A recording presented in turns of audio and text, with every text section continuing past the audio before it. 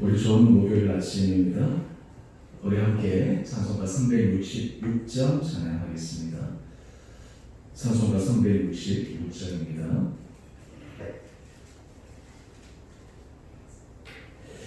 어두운 내 눈 밝히사 진리를 보게 하소서.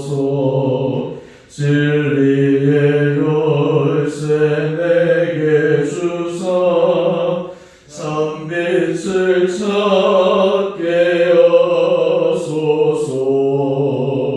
기쁘신 뜻을 알고자 엎드려 기다리오니 내 눈을 뜨게 하소서.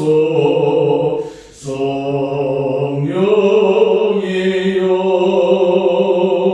막혀진 내 귀 여시사 주님의 귀한 음성을 이 귀로 밝히 들을 때에 내 기쁨 한량 없겠네. 기쁘신 뜻을 알고자 엎드려 기다리오니 내 귀를 열어주소서. 성령이여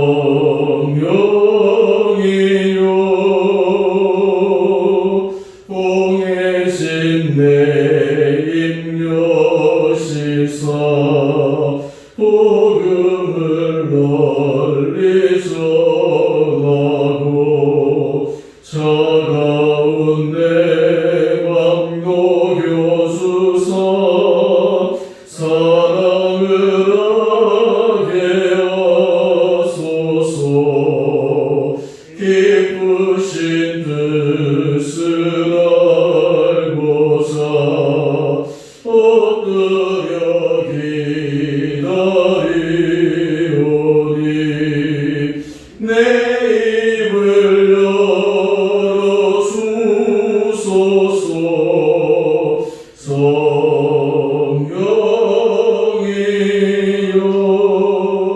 성령이여. 아멘. 오늘 말씀 예레미야 52장 1절에서 11절까지입니다.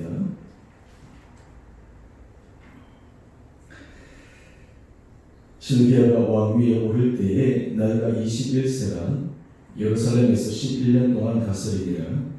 그의 어머니의 이름은 하무달이라 림나인 예레미야의 딸이더라. 그가 여호야김의 모든 행위를 본받아 여호와 보시기에 악을 행한지라.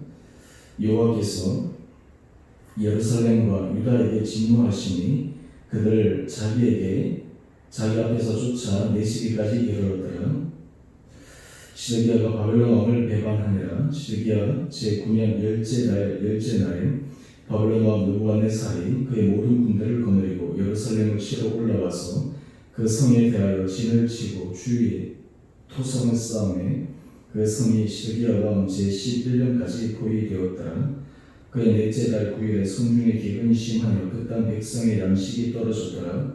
그 성벽이 파괴되매 모든 군사가 밤중에 그 성에서 나가 또 성벽 사이 왕의 동산 견문길로 도망하여 갈대아인들이 그 성읍을 에워쌌으므로 그들이 아라바 길로 가더니 갈대아 군대가 그 왕을 뒤쫓아가서 여리고 평지에서 시드기야를 따라잡으매 왕의 모든 군대가 그를 떠나 흩어진지라.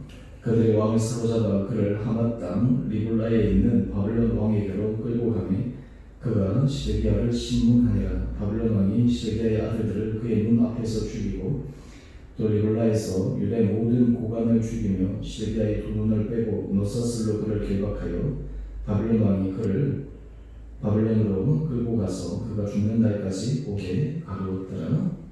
아멘.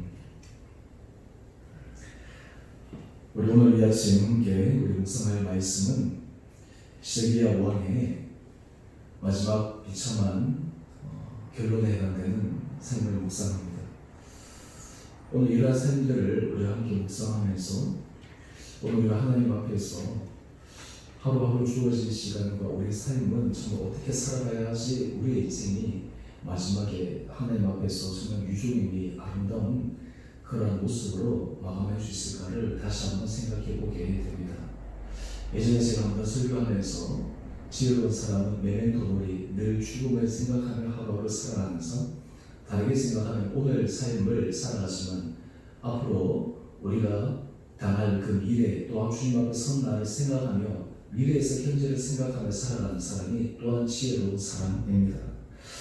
오늘 이 여호야김은 왜 그의 인생이 아름다운 인생으로 마감되지 못했는가? 그가 보여줬던 실수는 흔히 우리들도 함께 하는 실수와 비슷합니다. 오늘 그 모습들을 우리가 함께 살펴보기를 원합니다. 오늘 1절에 보면 시드기야가 왕이 오를 때 나이가 21세였습니다. 하나님께서 그에게 이제 남유다의 마지막으로 그에게 새로운 기회로 왕의 자리를 허락하셨는데 시드기야는 그 기회를 제대로 활용하지 못합니다. 우리 2절 말씀을 한번 보십시오. 2절 말씀을 보면 하나님께서 그에게 기대하신 바가 분명히 있었겠지만 시드기야는 그 기대와는 정반대의 일을 행합니다. 여호야김의 모든 행위를 본받아 여호와 보시기에 악을 행하였다 라고 이야기를 합니다. 여호야김이 도대체 어떻게 했길래 이 시드기야는 그 길을 떠나지 못했을까? 몇 가지만 말씀을 드리면 여호야김이 하나님 앞에 제거했던 가장 큰 것 첫 번째는 우상 숭배입니다.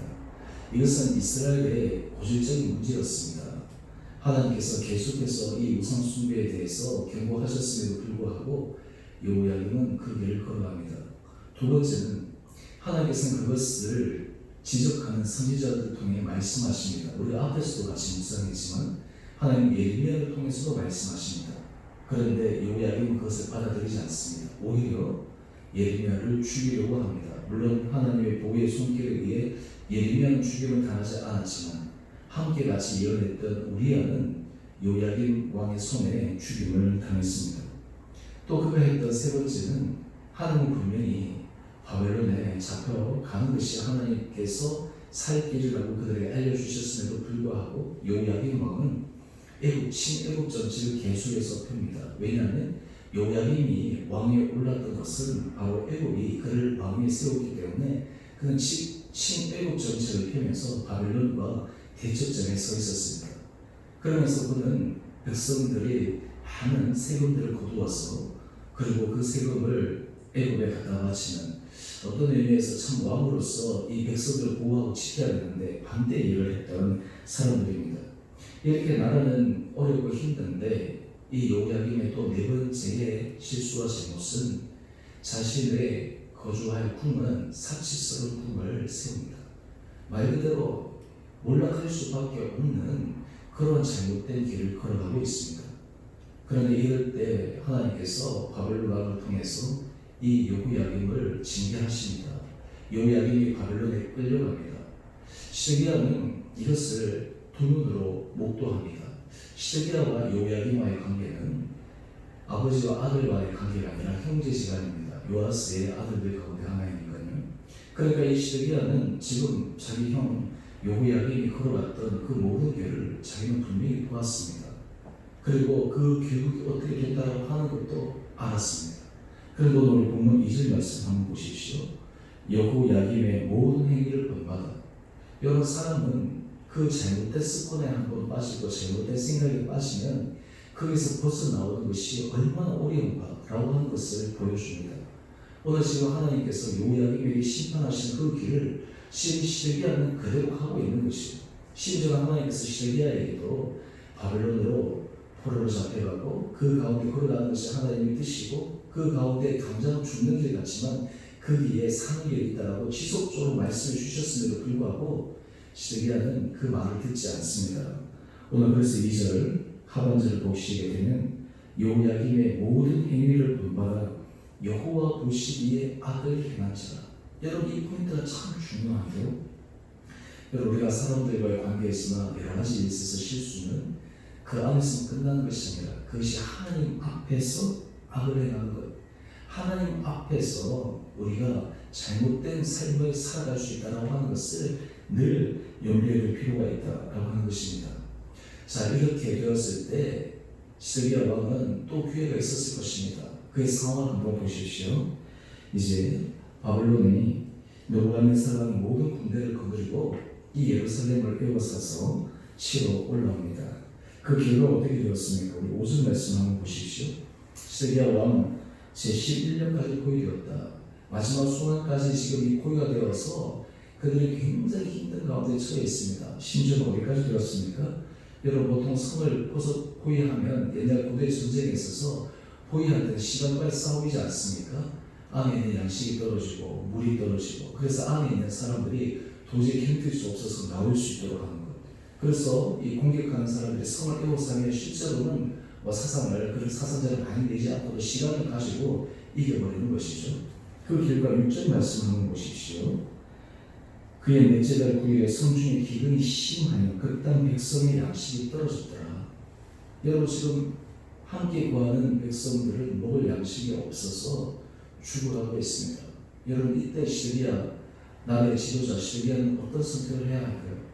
여러분, 마지막 정말 지푸라기로 잡는 심정으로 하나님 앞에 은혜를 구하는 것이, 그것이 지도자의 모습이지 않겠습니까?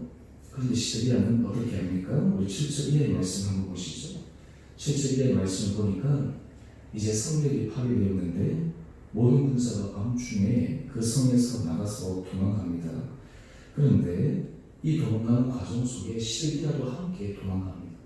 한마디로 이제 공경스러운 상황을 자기 혼자, 그리고 자기 군사들과 더불어서 피해버리는 거예요.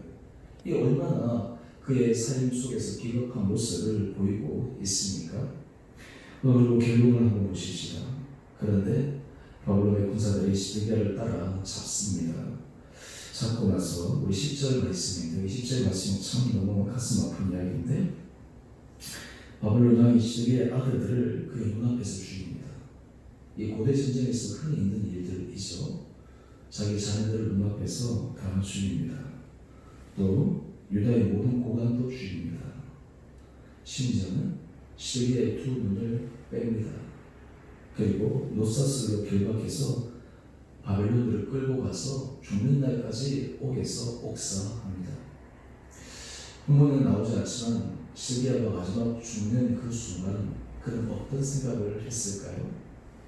아마 그냥 우리가 한번 상상력을 동원해보면 아마 그가 후회하는 그런 마음을 분명히 가지지 않았을까. 자기의 선택에 대해서, 자기가 지금 처한 이 상황에 대해서 내가 만약에 다시 내게 기회가 주어진다면 내가 어떻게 할 거라고 하는 생각이 사람이라면 당연히 들지 않겠습니까? 여러분, 오늘 하나님은 우리에게 이러한 본보기 케이스를 통해서 우리에게 말씀하십니다. 우리를 실제로 삶에서 경험하지 않아도 다른 사람의 경험을 통해, 역사적인 사건을 통해 오늘 우리 삶에서 우리는 어떤 길을 걸어가는 것이 정말 복된 길인가 라고 하는 것들을 깨닫고, 그리고 하나님 앞에서 그 길을 걸어가는 것이 필요합니다. 오늘 이 시드기야가 하나님의 말씀을 들려주어도 듣지 못하고 하나님께서 경고해도 받아들이지 않고 상황이 악화되어서 가는데도 자기의 고집만 부렸던 이 시드기야, 결국에는 자기 눈으로 못 뵀던 여호야김이 밀망했던 그 길을 자기도 걸어가는 이 모습, 얼마나 어리석고 아둔하고 미련합니까? 그런데 그 마음 가운데 하나님의 마음, 하나님의 말씀을 들을 수 있는 마음과 하나님께서 그에게 들려주셔서 그의 마음을 변화시킬 수 있는 기회를 활용하지 못할 때 이런 삶의 결국을 마감할 수 있다라고 하는 것입니다. 오늘 제가 찬송가 우리 366장 찬양했습니다. 오늘 거기에 이 세 가지를 얘기합니다. 어두운 눈 밝히사 진리를 보게 하소서. 우리 눈을 밝히사 진리를 보게 해주십시오. 두 번째는 막혀진 내 귀 여시사 주님의 귀한 음성을 듣게 하소서. 여러분, 우리 인생에 있어서 하나님 앞에서 복 있는 사람은 어떤 사람입니까? 주님의 말씀을 들리는 사람입니다. 주님께서 하신 일을 보는 사람입니다. 그리고 그 길을 걸어가는 사람입니다. 오늘 우리 큐티의 제목을 한번 보십시오. 불순종이 가져온 비참한 말로. 여러분, 이것은 하나님께서 우리에게 위협적으로 하기 위해서 또 이 말씀을 통해서 우리 마음을 옥죄는 것이 아니라 주님은 우리의 인생이 하나님 앞에서 정말 은혜의 길, 아름다운 길로 걸어갈 수 있도록 계속 기회를 주신다라는 것입니다. 어제 제가 수요예배 때 그 설교를 잠시 드렸는데요. 우리에게 주어진 하루하루 시간은 진짜 중요하고 소중한 시간이다 라고 한 것을 다시 한번 생각해 봅니다. 다른 말로 하면 오늘 이 시간도 기회입니다. 하나님 앞에서 기회입니다. 여러분, 인생에 있어서 가장 위대한 사람은 어제의 우리의 삶에 뭔가 잘못이 있다면 오늘 새로운 삶을 살 수 있는 결단입니다. 과거에 왔기 때문에 내가 그렇게 하겠다라는 것이 아니라 오늘 이 기회와 시간에 새로운 결단을 하면서 가는 것입니다. 여러분, 오늘 이 아침 이 요야긴 왕을 본받아 비참한 말로의 길을 걸어갔던 시드기야를 보면서 하나님 앞에 이런 기도를 또 이런 결심을 하는 것이 필요하리라 생각합니다. 주님, 저에게 은혜를 더하여 주셔서 정말 내 삶에 있어서 주께서 하신 일을 보게 하시고 주님의 음성을 듣게 하시고 주의 말씀 가운데 순종의 길을 걸어가는 은총을 허락하여 주시옵소서. 사람들이 걸어가는 잘못된 길, 그 길을 보면서 나도 따라가지 않게 하여 주십시오. 아무 생각 없이 그냥 시대의 흐름에 가지 않게 하여 주십시오. 인간적으로 보여줬던 그 길에서 벗어나게 하여 주십시오. 오늘 하나님께서 이 시대를 통해서 우리들에게 이러한 주님의 마음을 깨닫고 새로운 결단하며 살아가는 자들이 복된 자의 삶으로 살아갈 수 있으리라 믿습니다.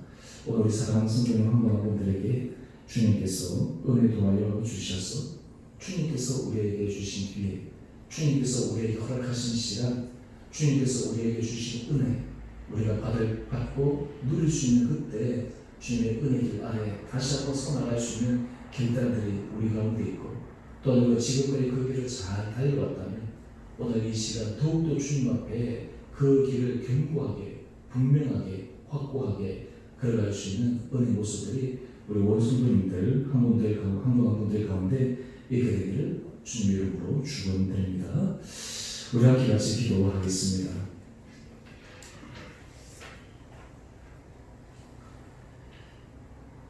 사랑하는 주님, 오늘 시드기야의 비참한 말로를 보며 하나님께서 기회를 주셨고 말씀하셨고 경고하셨음에도 불구하고 자신의 미련함과 아둔함으로 잘못된 길을 선택하고 걸어갔던 시드기야의 모습을 묵상합니다. 주님, 우리에게 은혜를 더하여 주셔서 주님께서 하실 일을 보게 하시고 주께서 하신 말씀을 듣게 하시고 주께서 우리에게 기회 주시고 주님께서 우리에게 은혜 주실 때 내마다 은혜 날개 아래 한 걸음 한 걸음 나가는 우리 온 복된 성도들 되게 하여 주시옵소서. 주님, 우리가 인생을 살아갈 때마다 우리에게 주어지고 항상 반복해서 주어지는 것이 아니라 우리에게 특별한 은혜를 기억하게 하여 주셔서 우리가 정말 주님 앞에 지혜로운 자로 주님 앞에 정말 주님의 마음을 기쁘시게 드리는 자로 살아가게 하여 주시옵소서. 하나님, 코로나19로 이런 어렵고 힘든 상황 속에서도 우리 온 성도들 정말 주님께서 보시기에 선한 길을 걸어가게 하여 주시고 우리 마음의 중심이 주님 앞에 합하여질 때 우리 삶에도 주님의 놀라운 은혜 올바라 누리는 것을 경험하는 성도들 되게 하여 주시옵소서. 주님의 성도들 몸이 연약한 자들을 주여 특별히 불쌍히 여겨 주시고 주님, 연약한 그때마다 하나님 우리 약함을 고백하며 또한 주님께서 우리를 강하게 하여 주실 것을 믿음으로 고백해 하여 주시고 우리 모든 생사화복의 주관이 주님께 있다는 것을 고백하며 겸손한 길로 나가는 은혜도 허락하여 주시옵소서. 우리 사랑하는 성도들의 자녀들 주님께서 눈동자처럼 지켜주시고 보호하여 주시고 우리 자녀들이 정말 이 시대에 주님의 손에 아름답게 쓰임받게 하여 주셔서 우리 성도들의 신앙이 내려가면 내려갈수록 더욱더 주님의 은혜의 활짝 열릴 수 있도록 우리 자녀들을 축복하여 주시옵소서. 주님의 몸된 교회를 주님께서 기뻐 받아 세워주시고 우리 온 지체들이 한 사람 한 사람들이 날마다 주의 말씀에 끼어있게 하여 주시고 주님께서 말씀하신 그 음성에 순종케 하여 주시고 주께서 말씀하시는 사랑의 길, 화평의 길, 겸손의 길, 용서의 길 주님께서 우리에게 베풀어 주신 섬김의 길을 주님 앞에서 담대하게 걸어가 우리 인생에 주님 앞에 서는 그날까지 아름다운 열매를 맺는 복된 자들 되게 하여 주시옵소서. 우리 성도들의 일터를 주님께서 지켜주시고 보호하여 주시고 하나님께서 새로운 길을 열어주셔서 정말 주님께서 도와주시고 주님께서 우리를 인도하시는구나라는 것을 날마다 고백해가는 우리 온 성도들의 일도 되게 하여 주시옵소서. 주님 오늘 이 아침 또 주님 앞에 예배드리며 말씀 묵상하며 기도하는 우리 가운데 성령께서 우리를 온전히 붙들어 주시고 주장하여 주셔서 오늘 이 하루도 주님 앞에서 승리의 삶을 살아가는 하루 되게 하여 주시기를 우리 사랑하신 예수님 이름으로 감사기도 드리옵나이다. 아멘. 하늘에 계신 우리 아버지 이름을 거룩하게 하시며 아버지 나라가 오게 하시며 아버지의 뜻이 하늘에서와 같이 땅에서도 이루어지게 하소서. 오늘 우리에게 일용할 양식을 주시고 우리가 우리에게 잘못한 사람을 용서하여 준 것 같이 우리의 죄를 용서하여 주시고 우리 시험에 빠지지 않게 하시고 악에서 구하소서. 나라와 권능과 영광이 아버지의 것입니다. 아멘. 오늘도 주 안에서 승리하시는 복된 하루 되시기를 바랍니다.